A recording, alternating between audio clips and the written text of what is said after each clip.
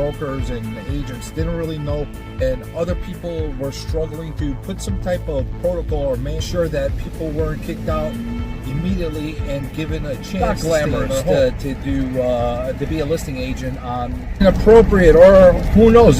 So one of the things that technology has changed for us, and has even for 911 calls, the thing is, even though we did have camera capabilities on those phones, you did have a tremendous amount of to kind of like get a scope of the area before you even stepped on the property, just to let people know, you're doing the right thing for yourself. A little bit more the way I am right now, a little bit on the rougher end. It is going to take out the whole world in a situation where it could get very dicey and very tough. Walk away. So I'm about to do something I haven't done in quite some time, is go and check on a bank-owned property that's been recently foreclosed on. Part of our duties when we're putting out foreclosed properties, REOs, for those that are familiar with the lingo, is to go and inspect the property, make sure that it's vacant and there's nobody living in there, there's no squatters, because when they foreclose the property, there was nobody on site to see who's in there, and there's no way to predict whether somebody would go in there even after it was foreclosed on. So the key thing is to go in there, verify that it's vacant, and then start taking the protocol of having locks changed and making all the arrangements to get the place secured. Turn left. I first got involved dealing with foreclosures, REOs, and short sales, all types of distressed properties after the fallout of the financial meltdown that we had in 2008. And one of the things that a lot of people don't realize that is, it's not that easy to deal with these type of properties. Enjoy the low gas prices while they last.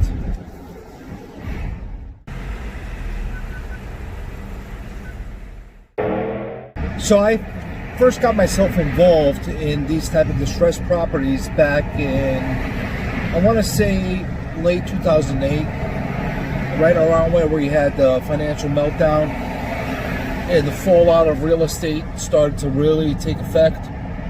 And probably between 2009 and 2013, I was heavily involved with foreclosures, REOs, short sales, any type of distressed property you could think of. I was involved with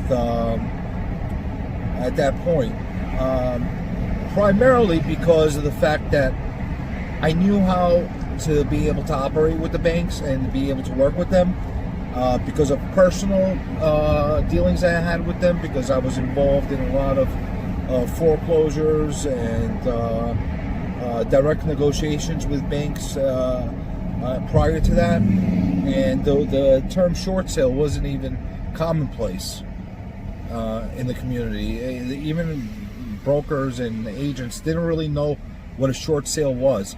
And even if they did hear the word or know the word short sale, they didn't know how to be able to conduct it. But because of my knowledge and because of the way I was able to operate, I was able to actually generate a new form of business at that time. When other people were struggling to do business in a conventional way, I found a really unconventional way to be able to do business in, and it gave a different tier to my business going forward. So that being said, I never stopped getting myself involved with this type of business. Obviously, there was less distressed properties and less foreclosed properties after that time period, because the market started to take off, value started to pick up, the balances started to change where people had a little more equity in their home and didn't necessarily need to do that. We started to economically prosper a little bit, where people actually got jobs again, and they started to be able to pay their payments. They modified, they found solutions to be able to stay in their houses. Now, that being said, I don't know what's going to happen after the aftermath of coronavirus right now, and all these people being unemployed. I'm sure there's going to be a good amount of similar kind of situations like that. However, I don't know if it's going to be as extreme and as many, because I'm sure that the government's going to step in and take action to limit on, or not necessarily limit, to put some type of protocol or mandates on the lenders that were not in place prior to this, in order to ensure that people weren't kicked out immediately and given a chance to stay in their homes. Not sure how it's going to go. I guarantee you the foreclosure process is not going to be the same as it was a few months ago. It's going to be longer and it's going to be more drawn out, especially here in New York. Everything is drawn out here in New York. But we'll see. It looks like it's starting to already rain. Oh, this sucks. It's definitely another scorcher today. I wish I was in my pool. Big difference I have now than when I was doing this about 11, 12 years ago is that the technology has gotten better. You know, it's not glamorous to be a listing agent on REOs. First thing you got to do is what I'm doing right now. I'm going to go to check the property for the lender to make sure that it's vacant and there's nobody there. Now, there is a possibility that somebody might be in there, or somebody squatting in the house, or somebody has done something inappropriate, or who knows. There's a million different things that could happen. There could be a gang in there. They could turn it into a meth lab. I've seen this happen too. It's not as outrageous as you might think. You know, meth labs are not just in Breaking Bad.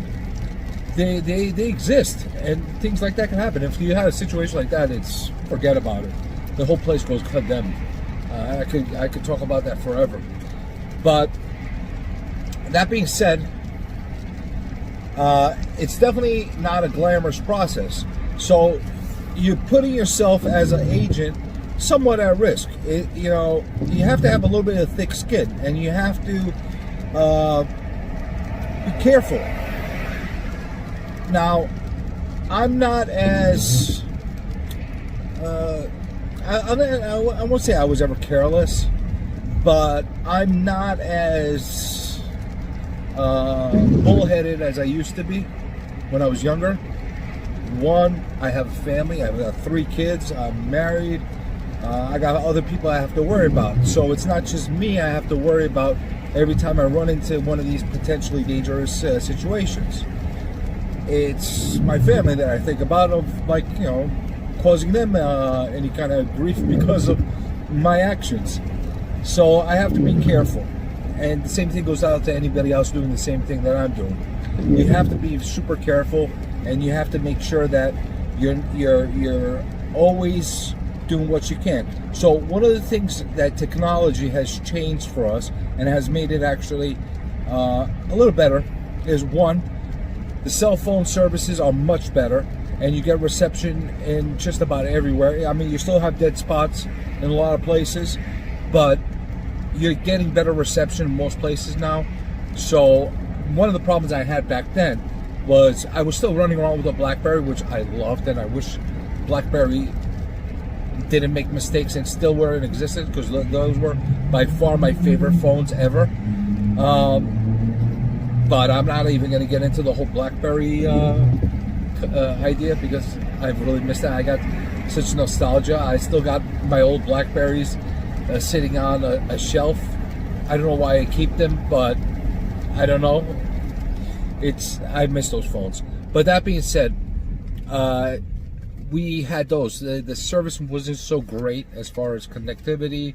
There was times where you try to make a phone call, even for 911 calls. It was, rough to make the calls because you couldn't get any connection anywhere.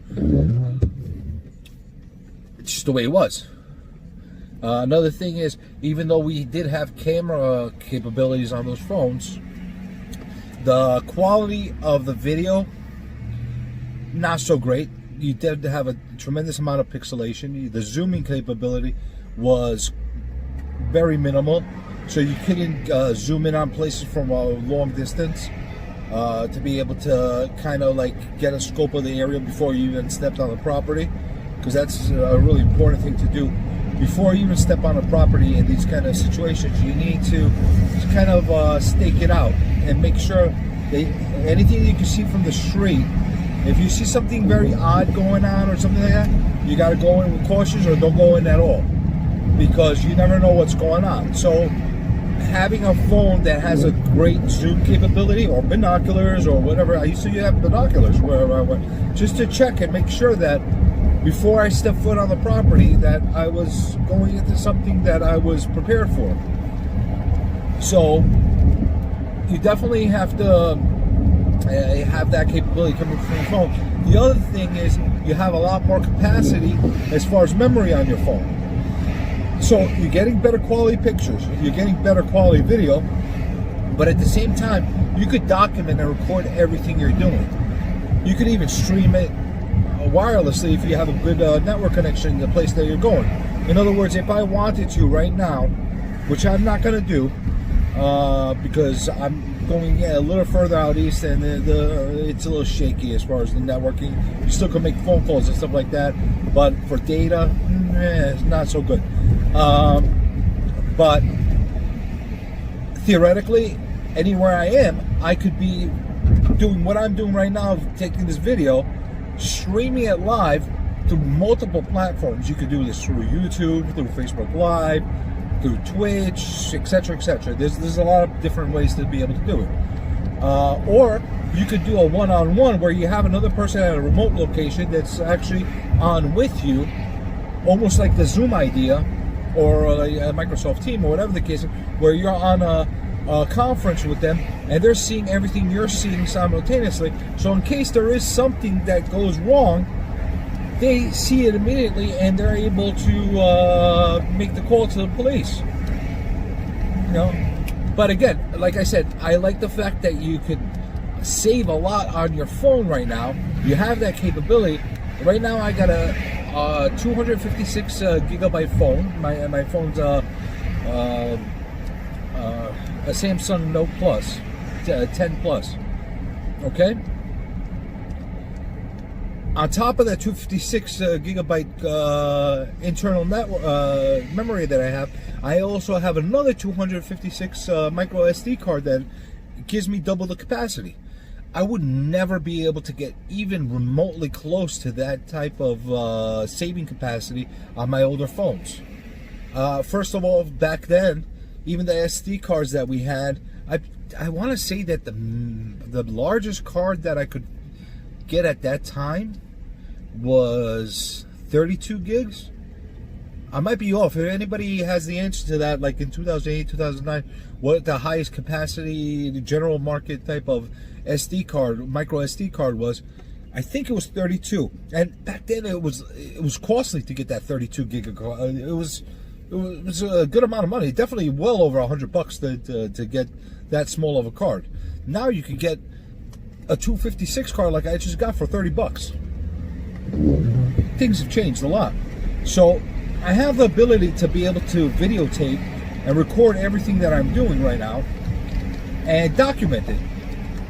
One, so I can have a log that I'm doing all the right things and I'm actually taking the right protocol as far as entering the property and doing everything the bank or the lender is asking me to do.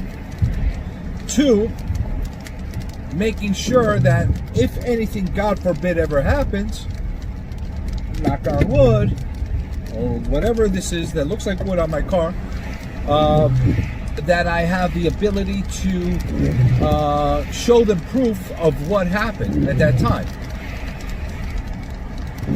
And of course, another thing is, when you're videotaping and documenting, the lender or the bank that's hiring you might have some questions. And nothing beats having the answers documented through video and pictures to be able to guide the person. Like, in other words, when I finally get through that place, I'm going to do a walkthrough entirely through the house and the property. And as I'm walking through, I'm going to have it on video, and I'm going to narrate the process of what I'm doing, where I'm walking, what I'm looking at, etc., etc. It's not necessary. Not everybody has to do it, and they don't mandate that. But I do strongly recommend it if you're going into this type of businesses, because the more you document, the better it is for you, for liability reasons. Two, another thing is it's great to have something to go back as a reference point. Let's say you need to do some repairs, or you need to do anything that's critical or necessary, mandatory on the home or the property itself. You go back to the reference point and say, okay, this is where I have to do it. And let's say you have to hire a vendor like a contractor or a plumber or electrician or whoever. You could send them that clip or that picture of the problem area, and you don't even have to be there to point it out to them if you give them access. It depends on what the protocol is as far as how you're doing showings and openings and that kind of thing. Usually you have to escort regardless, but you could actually shoot that trouble area picture or video to the vendor ahead of time, so they know what it is that they have to repair ahead of time. It's a time saver. It's a helper. It's a big deal. So I'm actually taking all the technology and all the additional resources that we've had available to us over the years that have become more and more easy to use, and at the same time a lot more cost efficient as well. I mean, it's incredible how time has made the technology so much cheaper and giving us the ability to be able to do all this amazing type of work with a very decent budget. Again, you're not going to go get the crappiest phone or some device that gives you the bare minimum if you really want to do the right job for yourself, but you can do it with that. Even the crappy phones and the crappy devices that are available out there, they're 100 times better than what was available 11 years ago, 12 years ago. The technology has advanced really, really fast. It's like boom, boom, boom. Everything is like every year, everything's moving. I wonder how it's going to happen this year because of all the stagnation, all the pullbacks of all the businesses and the consumers' desire to take on new project and more costs. I don't know how quickly they'll be releasing the more advanced technology going forward, at least for the next 6 to 12 months. I could see some of the companies, especially some of the tech companies, holding back some of their advances and some of the better devices out there for a time that they'd be able to sell more. Because here's the thing with technology: if you release something right now, in 6 months, there's something that's better than it out. And if you show your hand and you release like the new, groundbreaking phone, for example, what will happen is if you release it during a bad market where they're not selling, one, it's getting older and older every month that passes that it hasn't sold. Two, you might have another company that comes out with little tweaks, a little bit things based on what you did as an advance that makes it a little bit more a little better in 6 months from now, and they'll beat you out on the sales because they just released it at a better time than you did, and now your technology and your phone is old, even though there's minor upgrades. It's just that's the way the tech world works. But, this is not a tech channel, so we're not going to really get into that too much. You definitely have to have a thick skin. You have to be super careful of all the places you're going. We're in New York, so, you can't run around with a gun for protection, so that's something that's not in your toolbox whenever you're on these properties. So what do you do to protect yourself in a different way? One, make sure your phone is always charged, full. Right now I'm driving My phone's connected to the charger. I think I got about 90. I don't care. I'm gonna make sure by the time I get to my destination, it's at 100%. You never know if you're gonna need it or not, and what could happen. Make sure your phone is charged. Does mace or pepper spray work and help? Possibly. It's not a bad idea to have a little canister of pepper spray or mace or something to protect yourself with. Ideally, if you could go to one of these destinations and have somebody to come with you, very good idea. The buddy system always works.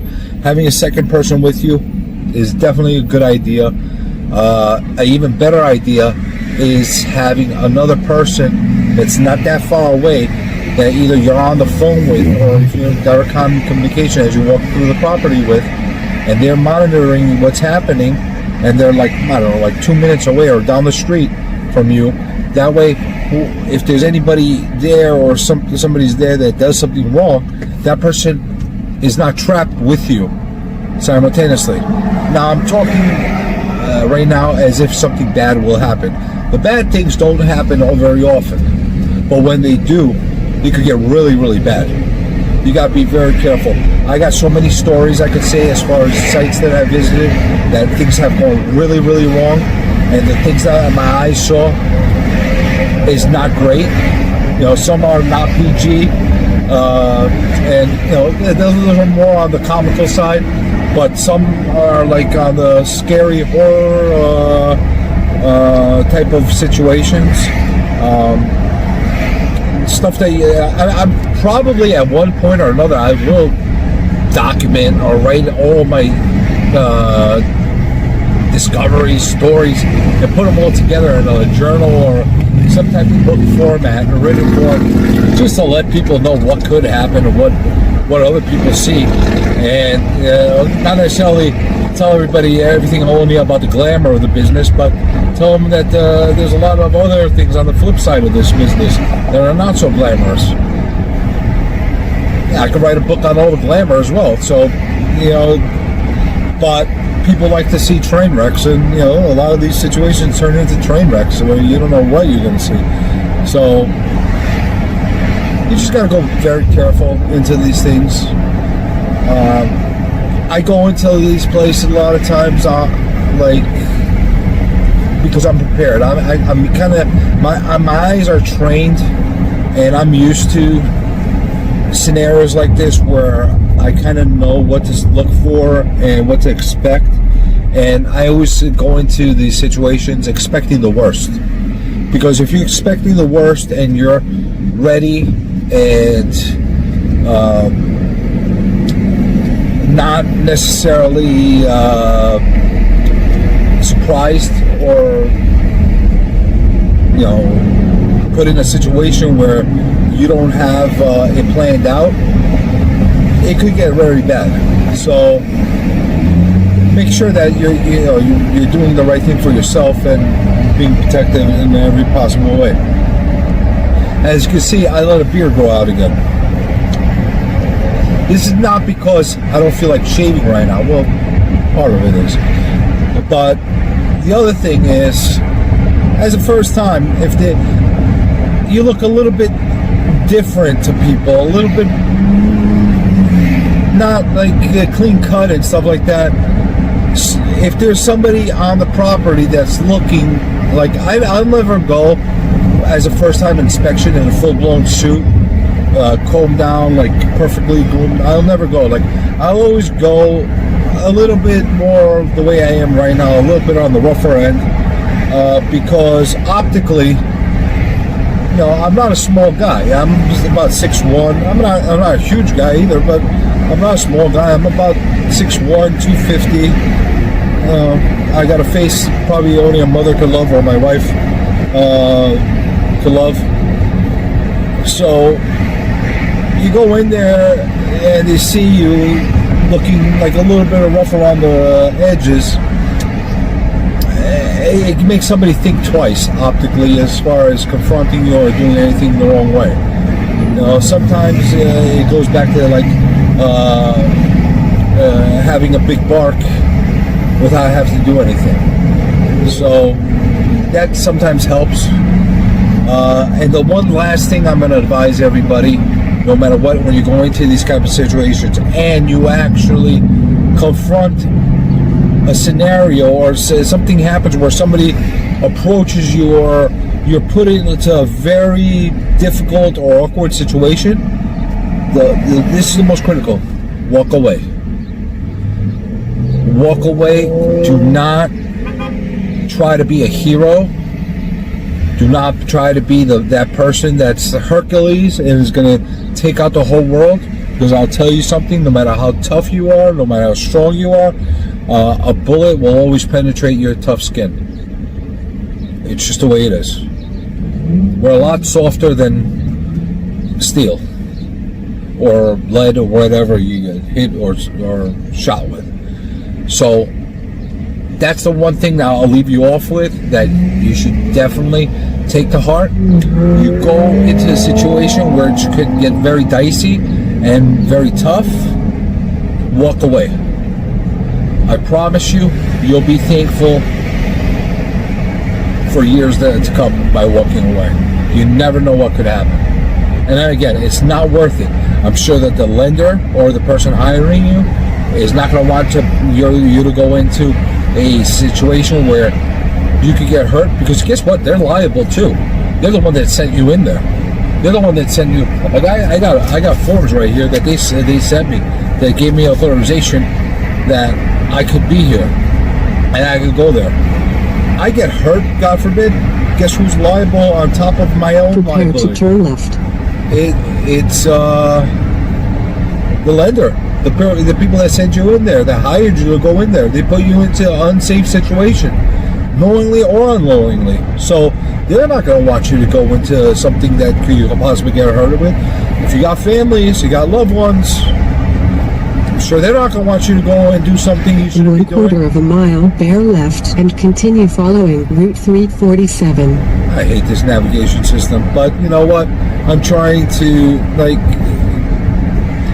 get everything I can in between calls. This is like one of the few times that I actually have a dead time between calls, and I try to get everything in. So if you got to deal with a little bit of the navigation system in the background, I apologize.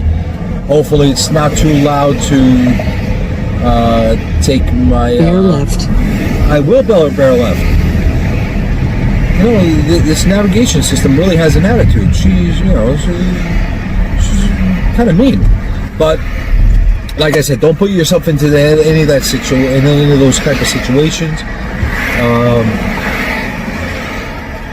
And hopefully today my visit will go well and we won't have any complications. But if we do have complications, guess what? I'll catch it on video and you'll get to see it.